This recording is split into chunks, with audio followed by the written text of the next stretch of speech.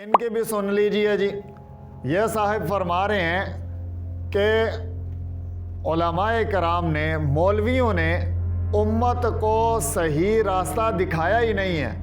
امت کو ہمیشہ یہ بات بتائی کہ آیت الکرسی پڑھو چوری نہیں ہوگی، حالانکہ سب سے زیادہ چوریاں ان ممالک میں ہو رہی ہیں جن ممالک کے اندر علماء زیادہ ہیں، مولوی زیادہ ہیں۔ کبھی یورپ کے اندر سنا کہ چوری ہوئی ہے؟ یورپ میں کتنے لوگ ہیں جو آیت الکرسی پڑھ کے سوتے ہیں؟ امن یجیب المضطر اذا دعا لا الہ الا ہو، الصلاۃ والسلام علی النبی ورحمۃ اللہ وبرکاتہ، بینوا بلغوا یسروا بشروا، السلام علیکم ورحمۃ اللہ وبرکاتہ۔ عقل کے اندھو، دشمنی لینی ہے تو سیدھی طرح لو۔ نبی صلی اللہ تعالیٰ علیہ وسلم کا حکم ہے سونے سے پہلے آیت الکرسی پڑھ کے سو۔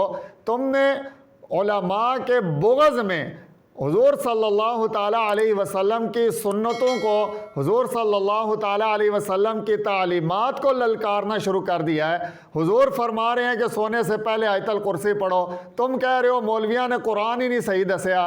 مولویوں کے بارے میں اتنا بغض اور مولویوں کے بارے میں اتنا جو ہے وہ ٹینشن لے لینا اور اتنا ہپناٹائز ہو جانا کہ ہمیں کسی قسم کی بات وہ مولویوں کے بارے میں ہو، مولوی چاہے صحیح بھی بتا رہے ہوں لیکن اس کے اوپر ہمیں اس قدر غصہ آتا ہے۔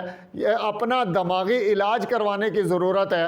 پھر کہتے ہیں کہ قرآن پاک کا ترجمہ بھی 1000 سال بعد جا کے ہوا۔ میں پوچھتا ہوں 1000 سال پہلے کون ایسا تھا کہ جس کو قرآن پاک کے ترجمے کی ضرورت ہو؟ وہ تو سارے اہل اللسان تھے، ان سب کو پتا تھا قرآن کیا کہہ رہا ہے۔ قرآن کا ترجمہ کی ضرورت تو مجھے اور آپ کو تھی کہ جن کی وہ زبان نہیں ہے، جن کو پتہ نہیں ہے کہ عربی کے اندر قرآن پاک کے اندر کیا کہا گیا ہے۔ اس میں اس وقت کے علماء کا کیا قصور کہ جنہوں نے 1000 سال بعد جا کے اس بات کو سوچا سمجھا اور یہ جانا کہ اب ضرورت ہے، اس بات کی ضرورت پڑ گئی ہے کہ قرآن پاک کو دیگر زبانوں کے اندر اس کا ترجمہ کیا جائے تاکہ لوگ آسانی کے ساتھ اس کو پڑھ سکیں۔ لیکن نہیں، ہم نے تو مولوی کو لتاڑنا ہے، ہم نے مولوی کو برا بھلا کہنا ہے۔ اور اللہ پاک ہدایت عطا فرمائے، کسی بھی معاملے کے اندر، کسی بھی کام کے اندر